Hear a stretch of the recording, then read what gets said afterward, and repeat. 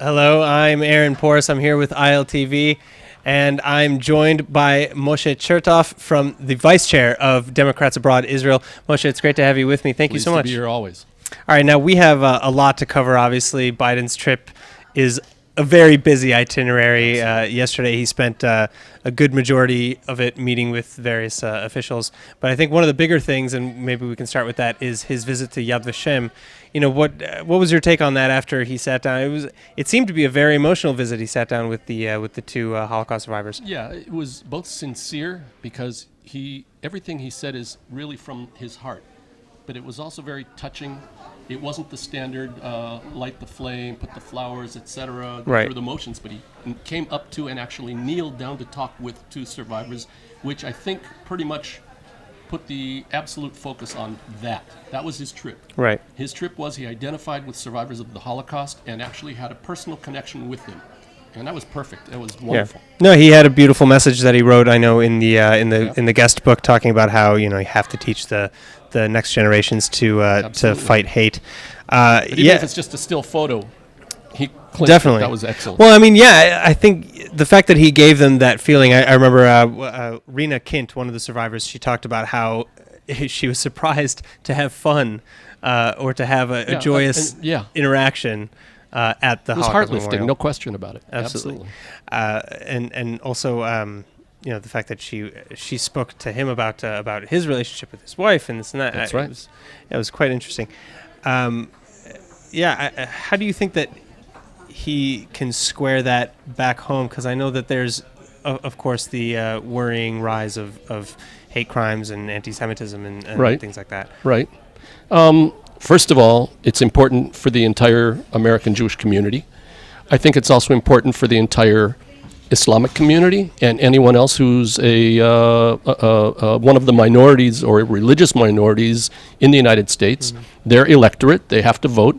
And if they see a person who is very open to the other, and it doesn't matter who the other is, in this case, it's, you know, a remarkable connection with the Holocaust, the Jewish people, one of the worst, or if not the worst, crime of humanity in forever. I mean, we haven't been counting all the way back in time, but absolutely the Holocaust, even if you're not Jewish, it speaks to Americans, and it'll be very important to show the compassion of not only a president of the United States, but of a Democrat, and hopefully that's going to get across, as opposed to the view that was prevalent in the previous administration.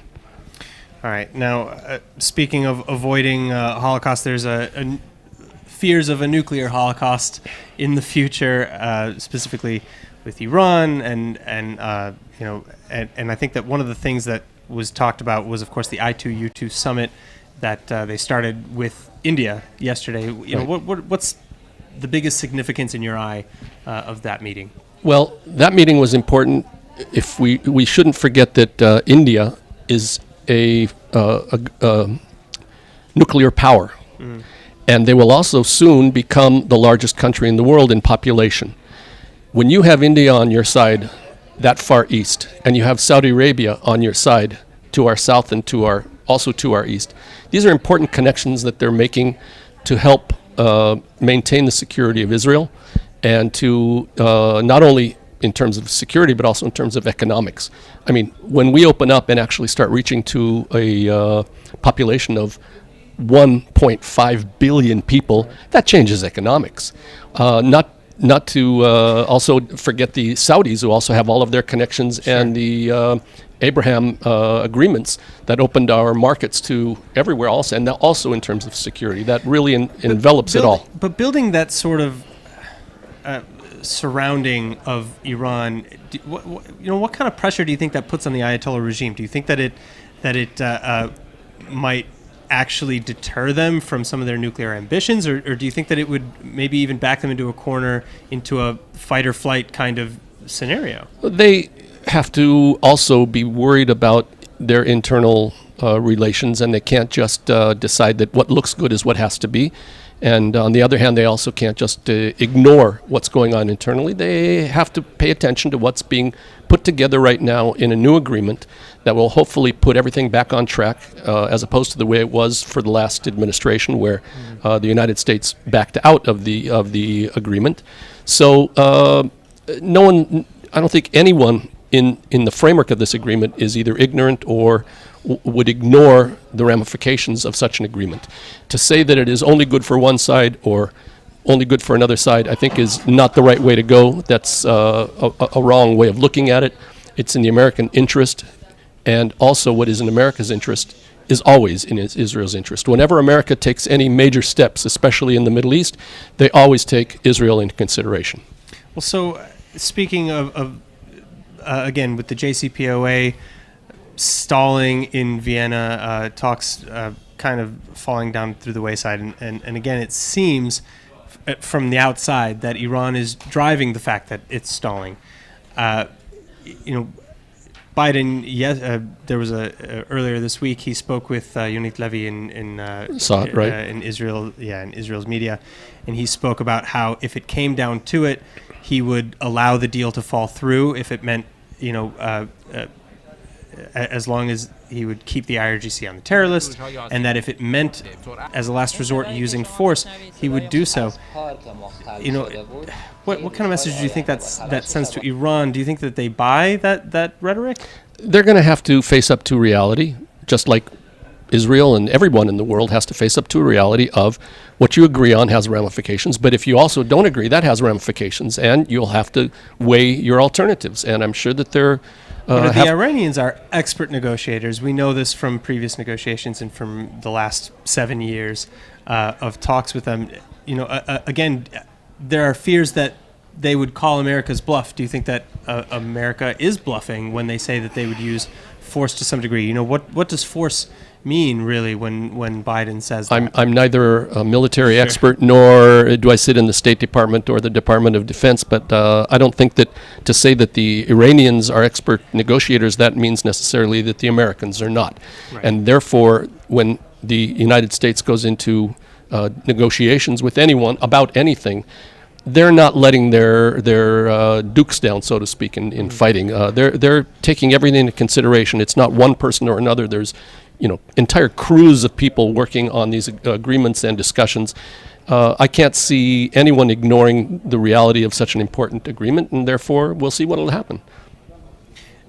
Do you think that the United States would offer more support for Israel to conduct clandestine operations against Iran?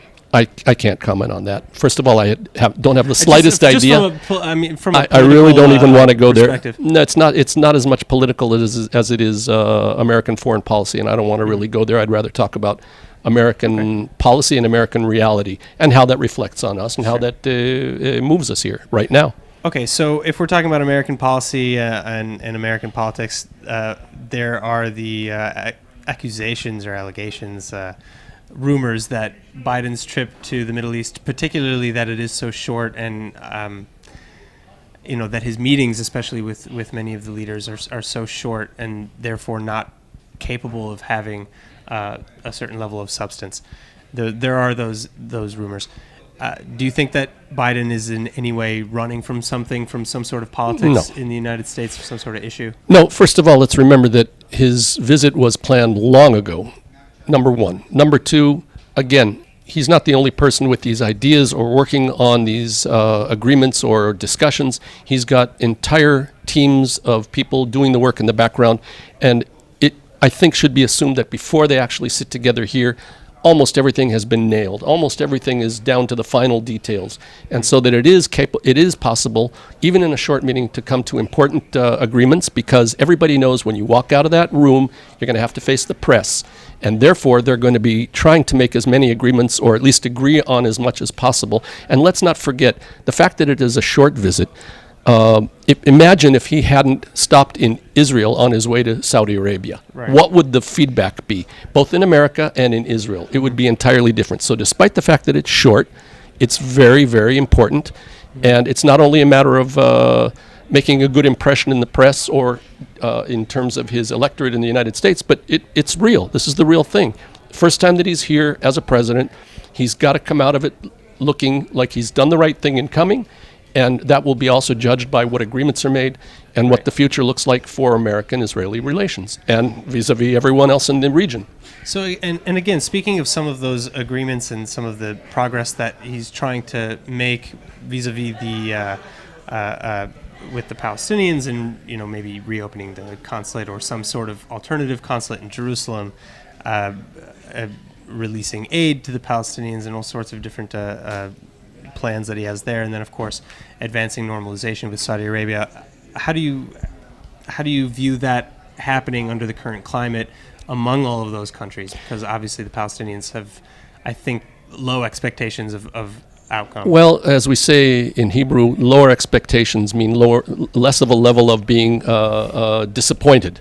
And if we look back to the Democratic platform before the elections of 2020, the Democratic Party stated, obviously, and most importantly, its support of Israel ongoing, and it has really, the bottom line has never changed since going way back to Truman times and until today.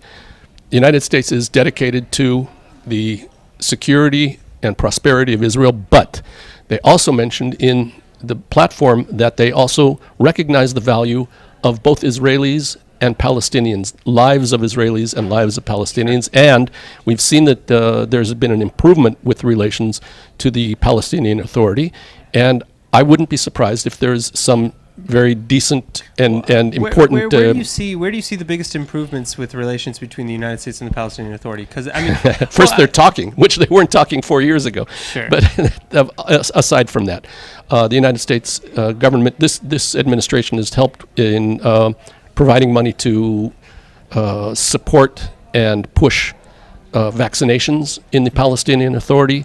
They've also been providing money to help us in our common security needs and security goals between the two. And we know that without the Palestinian Authority, there would have been many terror attacks that were put down because of the interaction between Israeli security forces and Palestinian security forces. So let's look at the larger picture. Quiet in the Middle East and quiet between Israel and Palestine is important also for the United States. If something, heaven forbid, flare up and there be either another small war or even worse, let's say, if anything ever happened at the Al-Aqsa Mosque or somewhere, that could involve many, even over 1 billion Muslims around the world. The picture would not be good either for Israel or for the United States. So the United States is most interested in, first of all, security and keeping things calm.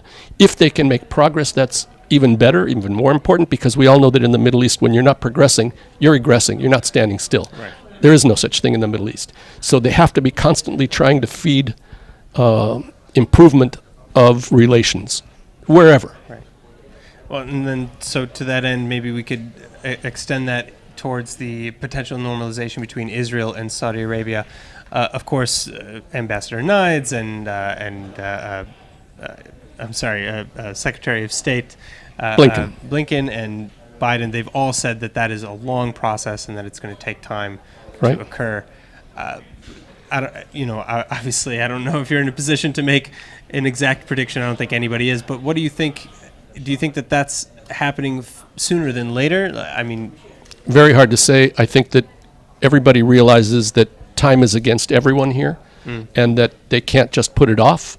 Neither the Saudis, nor the Americans, nor the Israelis. We have to inch forward if we can, and if we can actually get to some sort of agreements before then. It won't just be for security. Would, for instance, if Israeli gasoline all of a sudden went down in cost because we'd be getting oil directly from the Saudis? I think that would be wonderful. Not that I'm happy about the... I'm paying $8 a gallon right now. That's so, right. I think that's most right. Israelis would. Most Americans don't know that, right? It's above $8 per gallon, and we also make less than Americans, and we also pay more taxes than Americans. But with an agreement with Saudi Arabia, also it could be bidirectional. That means that we, having a Mediterranean port for their oil, could mean something also. Not that I'm in favor of doing it the way it's been done before, which endangers Yeah, the they want- environment. Exactly. But, I was gonna say that the pipeline that they Correct. projected. But we're now in 2022, and technologies have changed. And with the Saudi money, I'm sure they could build whatever, and they would. Yeah, I'm sure it would improve relations between also the United States and Ukraine and the rest of Europe, who's dependent on Russian oil and gas until now. Well, if it came from Saudi Arabia or from one of our newly found sites in the Mediterranean, what could be bad about that? They've just pulled the plug out of Putin's threats about energy security.